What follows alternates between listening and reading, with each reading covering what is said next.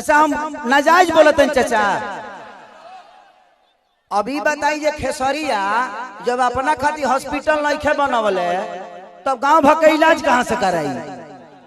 तो जब ये हमारे नेता अपना इलाज कराने के लिए एम्स में जाते हैं, हमारे नेता अपना इलाज कराने के लिए बॉम्बे जाते हैं, विदेश जाते हैं, तो ये बताइए जब ये अपने इलाज के लिए अस्पताल नहीं खुलवाए तो हमारे इलाज के लिए कहां से खुलवा पाएंगे। मेरी उम्र आज 28 से 30 वर्ष की हो गई। 30 वर्ष से हो सकता है 5 वर्ष बाद मुझे होश आ गया होगा।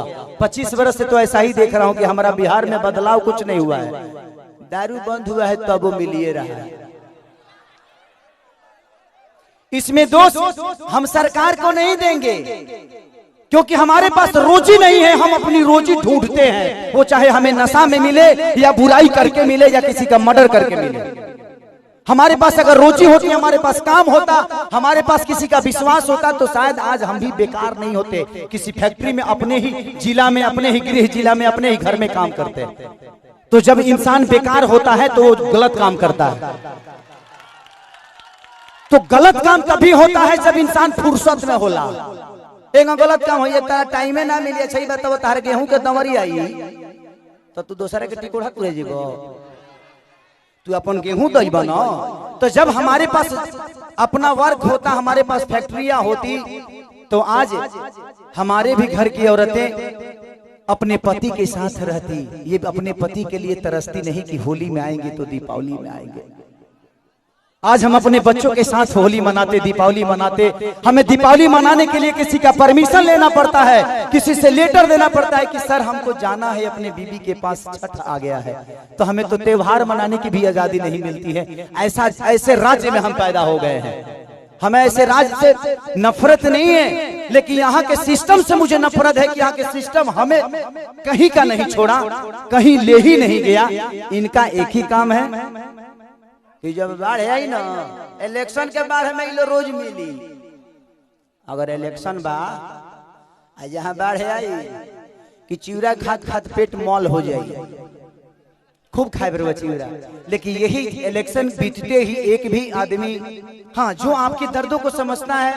मैं किसी राजनेता पे उंगली नहीं उठा रहा हूँ, मैं सिस्टम पे बात कर रहा हूँ। आज अगर यहाँ फिल्म सिटी बन जाए तो मुझे लगता है कि खेसारी लाल यादव यूपी में शूट करने जाते हैं, वहां पे कम से कम 60 से 70 लाख रुपया भैया प्रोड्यूसर और डायरेक्टर यूपी सरकार को दे के आता है। वहां कम से कम 300 लोगों को रोज रोजी मिलेला। रोज कलाकार हो जी पैदा होले, रोज कलाकार काम करेले। लेकिन बिहार सरकार के कोनो चिंता नहीं है। ये बताई खेसरिया चाहे जितना भी संपत्ति बनौले बा बॉम्बे में बनौले बा, अगर वह चीज बिहार में रही तो खेसरिया का सारा संपत्ति बिहार में रही ना, हम अपना परिवार के, अपना भाई लोगों के साथ रहते तो हमके भी तकलीफ होला, हमके भी अच्छा ना लगे कि हम दूसरा शहर में जाके, दूसरा राज्य में जाके दुगो रोटी कमाता नहीं।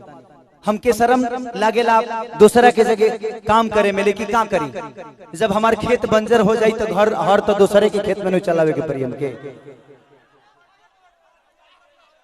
और हमारा खेत बंजर, हम किसान हो के भी इस खेत को आबाद नहीं कर पा रहे हैं, तो गलती हमारी है। गलती हमारी ये है कि हम जब इलेक्शन आता है तो खाली 2 फ्रूटी पिए लगे तो बटन दूसरा जगह चल जाता है। ये बताई खेसारी के बेटा बेटी खेसारी का लगे पैसा बा तो अमेरिका में पढ़ा दिए हैं, लेकिन सबका लगे सक्षम तो नहीं खे ना जब अपना बेटा बेटी का अमेरिका में पढ़ाई। तो बिहार में कितना लोग खेसारी बजी, एक गो ना, एक गो खेसरिया बा। ये बताइए आज भी हमारे बिहार के नेता हैं, यूपी के नेता हैं, सबके अपने बच्चे, कोई अमेरिका में पढ़ता है, कोई लंदन में पढ़ता है, कोई मॉरिशस में पढ़ता है। किसी किसान का बेटा कहाँ पढ़ने जाता है क्योंकि उसकी क्षमता नहीं है। क्योंकि इन लोगों ने अगर यहीं पे स्कूल दिया होता तो इनके भी बच्चे यहीं पे शिक्षित हो जाते। लेकिन इन्होंने जब अपने बच्चे का भविष्य तय नहीं किया तो हमारे बच्चों का भविष्य तय कहाँ से कर पाएंगे। अब यह बताइए कि यूट्यूब पर डाल दी तो लोग कहिए खेसरिया राजनेता हो गए। अब हम अपन दुखों ना कह सकिले।